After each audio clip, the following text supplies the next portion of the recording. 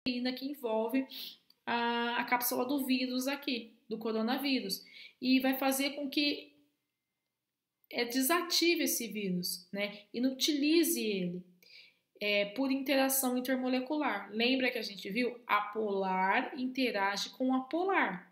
Então, o que vai acontecer? A parte apolar do sabão vai interagir com a proteína que também é apolar do vírus, fazendo com que ele não tenha mais efeito, né? Então, se de repente você tocou numa superfície com a sua mão e por acaso você se contaminou, a sua mão, a superfície da sua mão está contaminada com o vírus, com o coronavírus, automaticamente, se você não levar essa mão nem para os olhos, nem para a boca, nem para o nariz, para as mucosas, e já lavar a sua mão, higienizar a sua mão com álcool gel ou água e sabão, o que vai acontecer? Essas moléculas vão estar inutilizando o vírus e você vai estar fazendo a sua proteção, né? Então aqui, ó, com função antisséptica, o álcool ataca a parede celular do agente infeccioso, nesse caso seria a parede celular do vírus, que é formado por essa proteína, e desestrutura as proteínas ou lipídios que o revestem. Quando ele fala desestrutura, muda a estrutura dessas proteínas, com que faz com que esse vírus perca a atividade dele. No entanto, só são eficientes para desinfetar uma superfície ou a pele humana, no caso do álcool, o álcool 70%. Quando fala álcool 70%, a gente tem que lembrar que o álcool é uma mistura de água e etanol. Esse álcool que é vendido, o álcool comercial, que é vendido no supermercado para limpeza e tal. Normalmente, o que estava sendo vendido para limpeza era o álcool 46 graus GL, ou 46%, né? E quando a gente fala 46%, 70%, a gente está falando da porcentagem de etanol nessa mistura. Então, quando eu tenho álcool 70%, significa que eu tenho 70% de etanol, 30% de água. E quem faz a desinfecção, quem é antisséptico, é o etanol, não é a água. Então, se você vai usar um álcool 46%, ele não vai ser eficiente, porque ele tem mais água do que etanol. A partir de 70%, você está aumentando muito a eficiência, porque você tem uma versão mais concentrada para o etanol.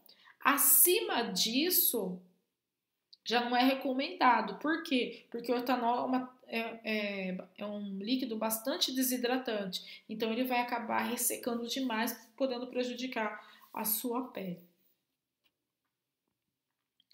Vamos fazer um pouquinho de exercício, gente? Parte teórica aí a gente já fez uma revisão, né? Fez uma exposição, uma aula. Se vocês tiverem dúvidas, vocês tirem logo após.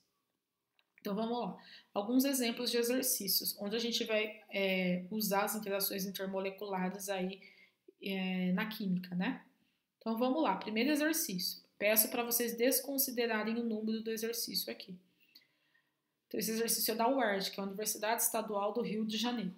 No esquema a seguir, estão representadas, na forma de linhas pontilhadas, determinadas interações intermoleculares entre as bases nitrogenadas presentes na molécula de DNA. Então, eu tenho aqui a timina interagindo com a adenina. Então, aqui eu tenho o oxigênio interagindo com o hidrogênio.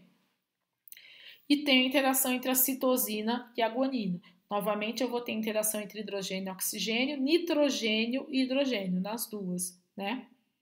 Aí ele fala assim, as interações representadas entre a timina e a adenina e entre a citosina e a guanina são do tipo iônica, metálica, dipolo, ligação de hidrogênio. Quando ele fala assim, interação entre do tipo iônica e metálica, lembrando lá das nossas aulas do primeiro ano do ensino médio, ligação iônica e ligação metálica é uma ligação entre átomos, não entre moléculas.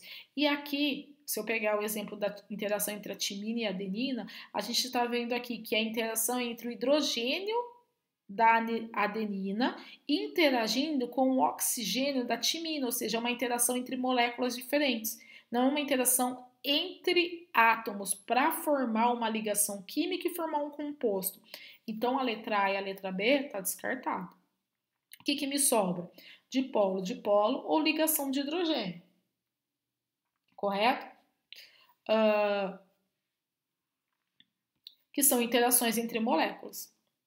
Então, eu sei que essas moléculas são polares. Por que eu sei que é polar? Porque as duas interações que sobraram são de moléculas polares. Dipolo é para molécula polar, ligação de hidrogênio é para molécula polar. O que vai diferenciar um do outro? É o tipo de interação. Quem são os átomos que estão interagindo?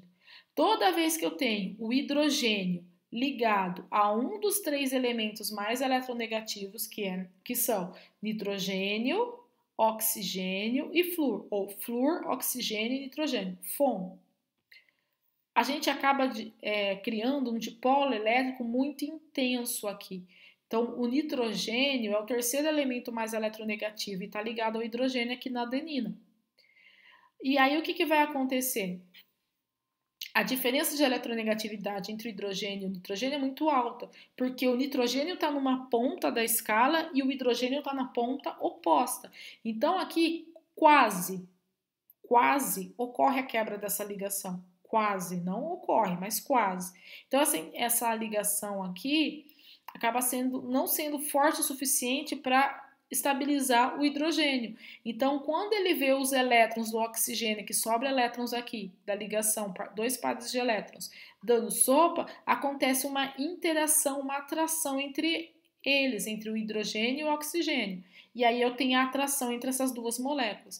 Então, aqui em todos os casos, eu vou ter o hidrogênio ou ligado a nitrogênio, certo? Não, na verdade, são todos os casos o hidrogênio ligado a nitrogênio e interagindo com o oxigênio ou o nitrogênio da molécula vizinha, que são os elementos mais eletronegativos. Então, o tipo aqui de interação é a ligação de hidrogênio, o que faz a gente assinalar a alternativa D, correto? A alternativa D seria a resposta do primeiro exercício.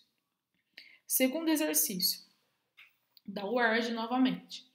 O beta-caroteno, cuja forma estrutural está representada a seguir, é um pigmento presente em alguns vegetais, como cenoura e tomate. É esse pigmento que dá a coloração laranjada, amarelo, vermelho a alaranjado, vermelho, amarelo e laranja, né?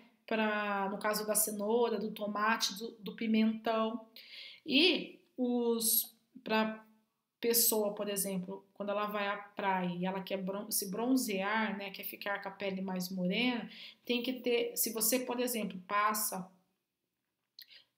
um protetor solar, na verdade não protetor, um bronzeador à base de beta-caroteno, né, ele vai ter essa estrutura aqui. Então essa estrutura, ela tem bastante ligações dupla, carbono-carbono. E essas ligações duplas são conjugadas. Como assim?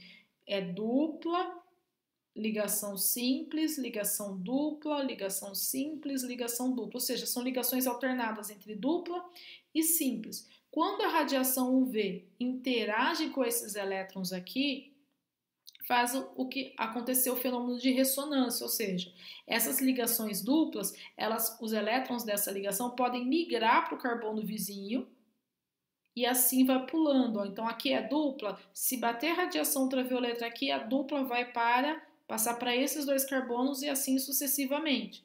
E esse fenômeno de ressonância, que é a alternância das duplas ligações com o simples aí, pelo movimento de elétrons da molécula, acaba estimulando a produção de melanina na pele.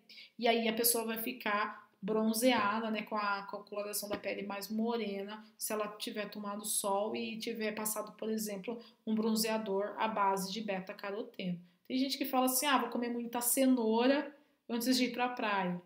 Vou comer muito tomate antes de ir para a praia. Não funciona muito bem assim, mas passando o protetor que tem uma concentração maior, um bronzeador que tem uma proteção maior, vai ter um efeito desejado. Dentre os solventes abaixo, aquele que melhor solubiliza o beta-caroteno é O que eu vejo na estrutura do beta-caroteno? Eu tenho carbono e hidrogênio, ou seja, é um hidrocarboneto. Um hidrocarboneto de cadeia longa. Quanto maior o tamanho de hidrocarbonetos, ou eu posso até dizer, quanto maior o tamanho de moléculas orgânicas em geral, estou aumentando a apolaridade dela. Ela está ficando mais apolar. No caso dos hidrocarbonetos, eles sempre vão ser apolares porque eles só têm carbono e hidrogênio, que são elementos muito pouco eletronegativos, né? Então, qual é o solvente que consegue solubilizar? Como eu falei para vocês, se eu vou para a praia e vou passar um bronzeador, eu quero que ele seja de certa forma resistente à água, que ele não se solubilize fácil. Porque se ele se solubilizar fácil, eu tenho que ficar passando ele toda hora. E haja dinheiro depois para poder ficar comprando bronzeadores, né? Então, lembrando na solubilidade, polar solubiliza substâncias polares. Substância apolar solubiliza substância apolar. Então, a alternativa correta aqui é qual? Água. A água é polar. Etanol é uma molécula orgânica que tem oxigênio de cadeia pequena. É também polar. Vamos ver as estruturas aqui, ó. Então, a água é polar. Olha aqui o etanol. O etanol tem essa parte aqui, ó, o carbono ligado com... Na verdade, gente, desculpa, eu acabei colocando o metanol, mas aqui dá para representar da mesma maneira. Tem essa parte da molécula aqui, OH, que tem um dipolo elétrico, né? E tem um dipolo elétrico aqui, oxigênio com carbono também, no caso do metanol. Mas aqui a molécula vai ser o quê? Polar. A propanona é uma cetona com 3 átomos de carbono. Aqui seria a ligação CH3, tá? Aqui eu também vou ter, ó, o oxigênio aqui com o carbono vai gerar um dipolo elétrico, eu também vou ter um dipolo elétrico na molécula. E o hexano? O hexano é um hidrocarboneto com 6 átomos de carbono linear, né? Então aqui, de novo, o hidrocarboneto é o quê? Apolar. Então a alternativa correta vai ser a letra C, né? Hexano apolar vai solubilizar o beta-caroteno também apolar.